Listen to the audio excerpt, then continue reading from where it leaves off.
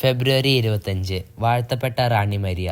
1995 ഫെബ്രുവരി 25 ശനിയാഴ്ച രാവിലെ 8:15 മധ്യപ്രദേശിലെ ഉദയനഗറിൽ നിന്ന് ഇൻഡോറിലേക്ക് കേരളത്തിൽ നിന്നുള്ള ഒരു ഫ്രാൻസിസ്കൻ സന്യാസിനി റാണി മരിയ ഒരു ബസ്സിൽ യാത്ര ചെയ്യുകയായിരുന്നു. കപ്പിൽ എന്ന ആ ബസ്സിൽ റാണി മരിയ കയറിയത് അവളുടെ താമസസ്ഥലമായ സ്നേഹസദനത്തിൻ്റെ മുമ്പിൽ നിന്നാണ്. ഉദയനഗറിൽ നിന്ന് 20 കിലോമീറ്റർ യാത്ര ചെയ്തപ്പോൾ ബസ് ഒരു കാട്ടുപ്രദേശത്ത് പ്രവേശിച്ചു. അപ്പോൾ 28 വയസ്സുള്ള സമുദ്ര സിംഗ് തൻ്റെ സീറ്റിൽ നിന്ന് എണീറ്റ് ബസ് നിർത്താൻ ഡ്രൈവറോട് ആവശ്യപ്പെട്ടു. ബസ് നിന്നപാടെ അയാൾ താഴെ ഇറങ്ങി ഒരു കല്ലിൽ എറിഞ്ഞ് തേങ്ങ ഉടച്ചു. അതായിരുന്നു അയാളുടെ പൂജ, ഒരു മനുഷ്യ സ്ത്രീയെ കൊല്ലുന്നതിന് മുമ്പുള്ള പൂജ. തേങ്ങയുടെ കഷ്ണങ്ങൾ അയാൾ യാത്രക്കാർക്ക് പ്രസാദമായി വിതരണം ചെയ്തു. അതിൽ ഒരു കഷ്ണം റാണി മരിയയ്ക്കും നീട്ടി. അത് അവൾ സ്വീകരിച്ചില്ല. നിങ്ങൾക്ക് എന്താ ഇത്ര സന്തോഷമെന്ന് റാണി മരിയ ചോദിച്ചപ്പോൾ അയാൾ കഠാര ഊരി. ഇതുകൊണ്ടാണ് എന്ന് പറഞ്ഞുകൊണ്ട് റാണി മരിയയുടെ വയറ്റിൽ കുത്തിയിറക്കി. അയാളുടെ നേതാവ് പുറകിൽ നിന്ന് ആക്രോശിച്ചപ്പോൾ സമുദ്ര സിംഗ് തുടർച്ചയായി ആ സാധു സ്ത്രീയെ ദേഹത്ത് കഠാര കൊണ്ട് കുത്തിക്കൊണ്ടിരുന്നു.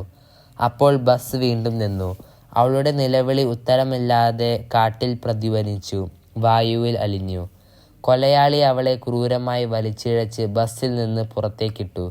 അവൾ മരിക്കുന്നതുവരെ കഠാര കൊണ്ട് കുത്തിക്കീറിക്കൊണ്ടിരുന്നു. അവസാനത്തെ ശ്വാസം നിലയ്ക്കുന്നതുവരെ അവൾ ഈശോ ഈശോ എന്ന് നിലവിളിച്ചു കൊണ്ടിരുന്നു. ഒരു യാത്രക്കാരനും തിരിഞ്ഞു നോക്കിയില്ല. നാവ് നനയ്ക്കാൻ ഒരിറ്റ് വെള്ളം ആരും എത്തിച്ചു കൊടുത്തില്ല.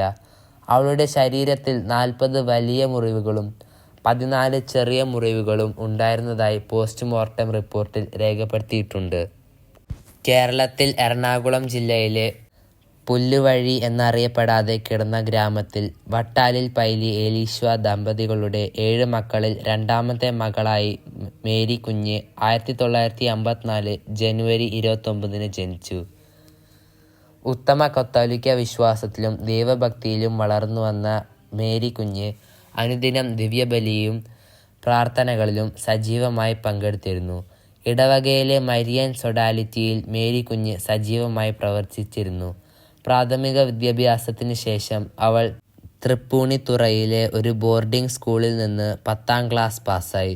മദർ കാർമലിൻ്റെ സഭക്കാരായിരുന്നു ആ സ്കൂൾ നടത്തിയിരുന്നത്. പുല്ലുവഴിയിൽ പ്രവർത്തിച്ചിരുന്ന ഫ്രാൻസിസ്കൻ ക്ലാരിസ്റ്റ് സഭയിലെ സഹോദരികളുടെ ജീവിതത്തിൽ പ്രചോദിതയായി 1972 മേരി കുഞ്ഞ് കസിൻ സഹോദരി സിസിലിയോടൊപ്പം കിടങ്ങൂരുള്ള ക്ലാരിസ്റ്റ് കോൺവെന്റിൽ അർത്തിനിയായി ചേർന്നു.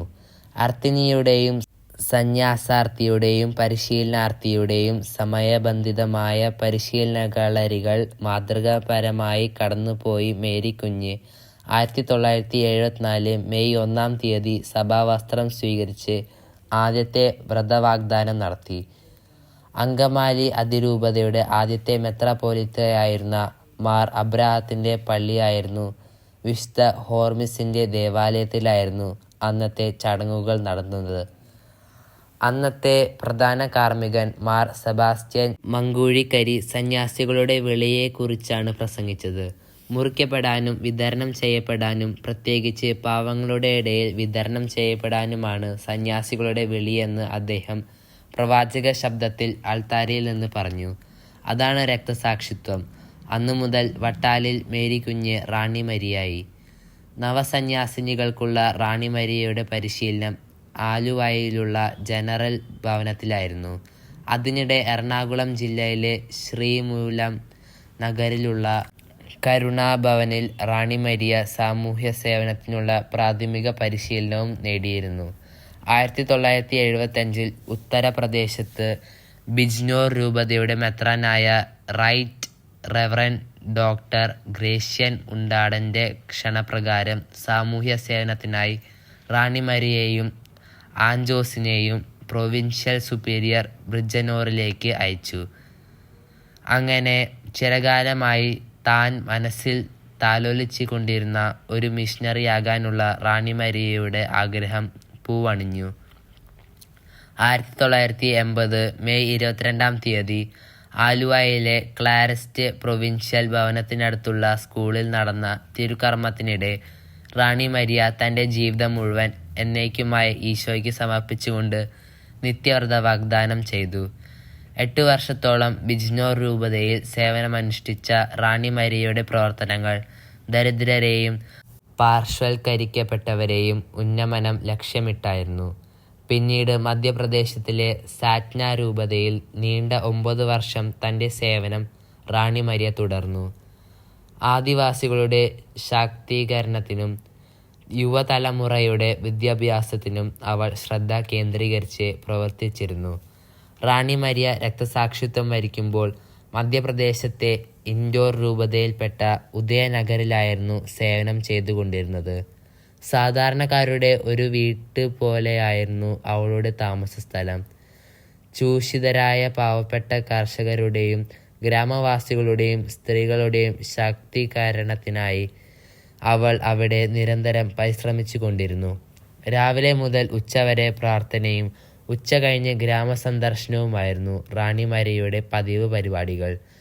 ഭൂവുടമകളുടെയും കടം കൊടുക്കപ്പെട്ടവരുടെയും ക്രൂരമായ ചൂഷണത്തിൽ നിന്ന് ദരിദ്രരെയും കർഷകരെയും സംരക്ഷിക്കാൻ വേണ്ടി റാണി മരിയ സ്വാശ്രയ സംഘങ്ങൾക്ക് രൂപം കൊടുത്തു. കേസിൽ കുടുങ്ങി ജയിലിൽ പോയവരെ മോചിപ്പിക്കാൻ നിയമസഹായം കൊടുത്തു.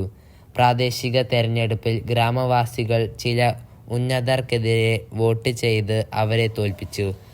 അതിൻ്റെയെല്ലാം വൈരാഗ്യവും പകയുമാണ് റാണി മരിയയുടെ മൃഗീയമായ കൊലപാതകത്തിന് പിന്നിൽ പ്രവർത്തിച്ചത്. റാണി മരിയയുടെ ഘാതകൻ സമുദ്ര സിംഗ് ചില ഭൂവുടമകളുടെയും കടം കൊടുക്കുന്നവരുടെയും കൈകളിലെ ചട്ടുകമായിരുന്നു. എന്നാൽ റാണി മരിയയുടെ വധം കൊണ്ട് കഥ അവിടെ അവസാനിച്ചില്ല. ഇതിൻ്റെ പ്രതിധ്വനിയും പ്രതികരണങ്ങളും ഇന്ത്യയിലും വിദേശ രാജ്യങ്ങളിലും അലയടിച്ചു. ക്രിസ്തീയ സ്നേഹത്താൽ പ്രേരിതയായി പാവപ്പെട്ടവരെയും ദരിദ്രരെയും പാർശ്വവൽക്കരിക്കപ്പെട്ടവരെയും സേവിച്ചതിൻ്റെ പേരിൽ മരിക്കേണ്ടി വന്ന റാണി മരിയയെ പുണ്യവതിയായ ഒരു ധീര വനിതയായി ജനം കണ്ടു. അവളുടെ കബറിടത്തിൽ മാധ്യസ്ഥ്യം തേടി നിരവധി പേർ പ്രാർത്ഥിച്ചു. പലർക്കും അത്ഭുതകരമായ അനുഭവങ്ങൾ ഉണ്ടായി. ഏറ്റവും വലിയ അത്ഭുതം റാണി മരിയയുടെ ഘാതകൻ സമുദ്ര സിംഗിൻ്റെ മാനസാന്തരമാണ്.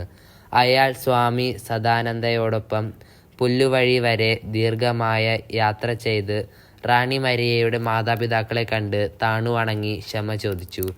അവർ തങ്ങളുടെ മകളുടെ ഘാതകനെ കുടുംബത്തിലെ ഒരംഗമായി സ്വീകരിച്ചു.